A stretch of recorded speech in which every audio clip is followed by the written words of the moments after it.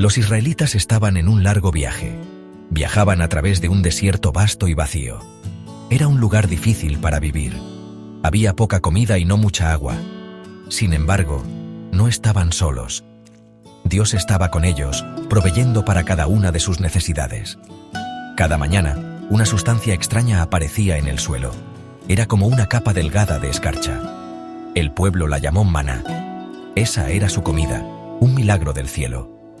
Era una señal del constante cuidado de Dios durante su difícil travesía hacia la tierra prometida. Era un recordatorio diario de que estaban siendo vigilados y sostenidos. El maná era realmente un regalo extraordinario. Sabía como obleas hechas con miel. Era un alimento perfecto, que les daba todo el sustento que necesitaban. Nadie tenía que preocuparse por su próxima comida. Siempre había suficiente para todos, cada día, excepto el sábado. El día anterior caía una doble porción, para que pudieran descansar. Esta provisión diaria era una lección poderosa de fe. Enseñaba al pueblo a confiar en la providencia de Dios. No necesitaban almacenarlo ni temer por el futuro. Dios les proveía en el presente, siendo una presencia constante en sus vidas. A pesar de este increíble milagro, comenzó a crecer un sentimiento extraño entre el pueblo. La rutina diaria de recoger el maná se volvió solo eso, una rutina. La maravilla empezó a desvanecerse en el trasfondo de su vida cotidiana.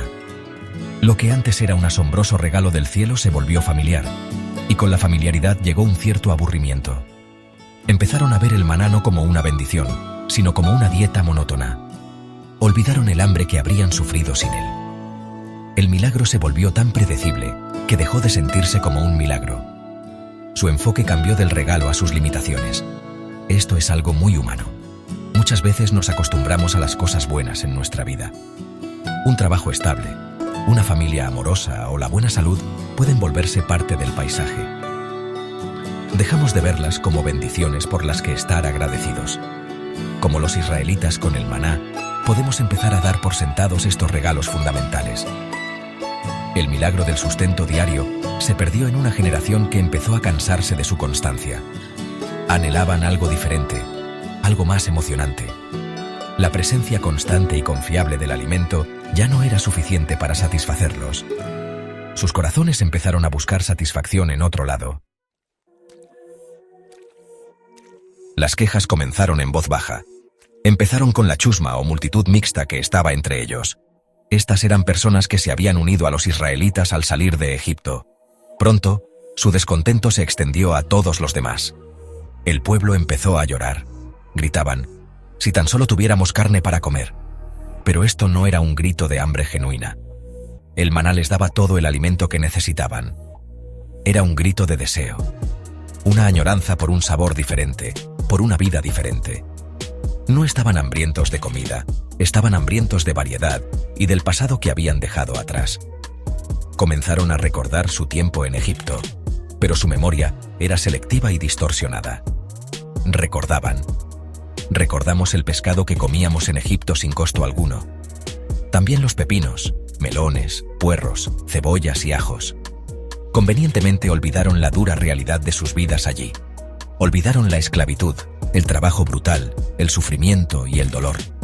Su memoria pintaba un cuadro falso del pasado, haciéndolo parecer mejor que su realidad presente. Esta versión idealizada de Egipto se transformó en un arma contra su situación actual, haciendo que el viaje por el desierto pareciera insoportable en comparación. Su queja era un rechazo directo de su regalo presente. Miraron el maná y dijeron, «Pero ahora hemos perdido el apetito. Nunca vemos nada más que este maná». Veían el pan milagroso no como una provisión que salvaba vidas, sino como un símbolo de su existencia insípida. Menospreciaron aquello que los mantenía vivos. Esto muestra cómo el descontento puede envenenar nuestra percepción. Nos hace enfocarnos en lo que nos falta en vez de apreciar lo que tenemos. El pueblo estaba tan concentrado en el recuerdo de los sabores egipcios que ya no podía saborear la dulzura del don divino que tenían delante. Este acto de queja era más que una simple petición de comida diferente. Era una profunda crisis de fe. Era una declaración de que su vida en libertad, guiada por Dios, era peor que su vida en esclavitud. Básicamente decían que la seguridad del cautiverio era preferible a los desafíos de la libertad. Esta es una mentalidad peligrosa. Revela una falta de gratitud no solo por la comida, sino por su propia redención. Su deseo de carne era un síntoma de un problema espiritual mucho más profundo, la incapacidad de valorar su libertad y al Dios que se la había otorgado. Moisés escuchó al pueblo llorando, y la ira de Dios se encendió. Las constantes quejas eran una ofensa profunda. Mostraban una total falta de fe y gratitud por parte del pueblo que él había rescatado. El propio Moisés se sentía abrumado por la carga de liderar a una nación tan descontenta. Se volvió hacia Dios en desesperación, sintiéndose incapaz de soportar solo las demandas del pueblo. La respuesta de Dios al clamor por carne fue poderosa e intensa. Le dijo a Moisés que el pueblo recibiría lo que pedía. No tendrían carne solo por un día, sino por todo un mes. La promesa de Dios no era suave. Dijo que comerían carne hasta que les salga por la nariz y la aborrezcan. No era un regalo dado por amor, sino una lección impartida a través de la consecuencia. Dios les daría exactamente lo que deseaban, pero en tal abundancia que se convertiría en fuente de asco y enfermedad. Era una respuesta divina diseñada para enseñarles una dura lección sobre sus deseos. A veces, obtener exactamente lo que creemos querer puede ser un castigo, no una bendición. El anhelo del pueblo sería satisfecho hasta el punto de la repulsión. Para cumplir esta promesa, Dios envió un viento poderoso desde el mar. Este viento era una fuerza de la naturaleza, dirigida por un propósito divino. Barría la tierra y traía bandadas de codornices desde el mar. Las codornices llegaban directamente al campamento israelita. Las aves volaban bajo, a solo unos pocos pies del suelo, haciendo que fueran increíblemente fáciles de atrapar. Era un milagro de abundancia, pero con un tono sombrío. La cantidad de aves era asombrosa, un cumplimiento de la promesa airada de Dios. El desierto se llenó de aquello por lo que el pueblo había clamado. La escena debió ser caótica. Las codornices cubrían el suelo en todas direcciones, por kilómetros alrededor del campamento. La Biblia dice que se apilaron hasta 2 codos de altura, es decir, cerca de 1 metro. Durante 2 días completos y una noche, el pueblo no hizo otra cosa que recoger aves. Trabajaron sin descanso, impulsados por su intenso deseo. Incluso el que recogió menos, juntó una cantidad enorme. Esparcieron las codornices alrededor del campamento para secarlas y conservarlas.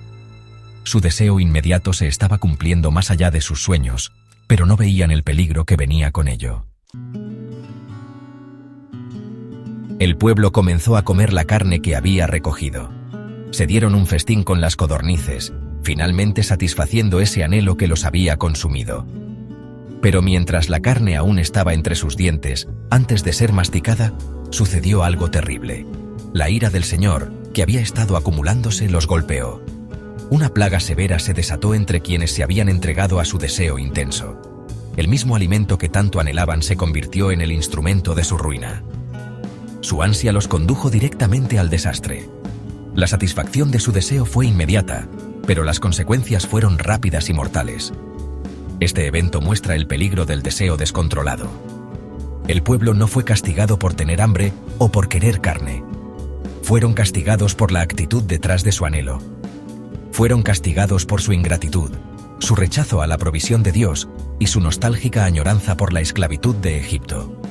Su deseo era una enfermedad espiritual, una codicia que eclipsó su razón y su fe. Actuaron por avaricia, recogiendo mucho más de lo que podrían necesitar. La plaga fue el resultado directo de este fallo espiritual, una dura lección de que nuestros deseos pueden llevarnos a la ruina si no son guiados por la sabiduría y la gratitud. El lugar donde esto ocurrió recibió un nuevo nombre.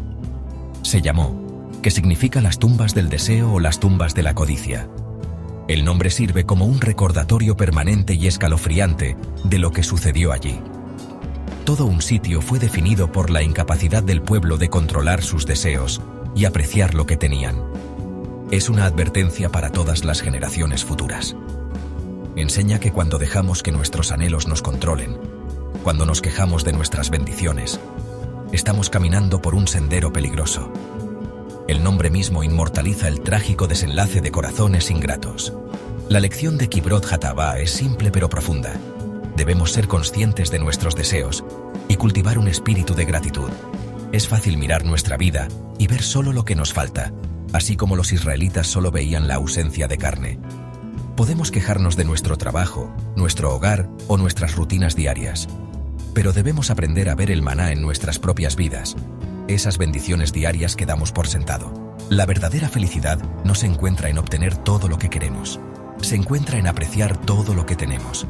La historia de las codornices nos enseña a encontrar contentamiento en nuestra porción, para que nuestros deseos no nos lleven a nuestras propias tumbas de codicia.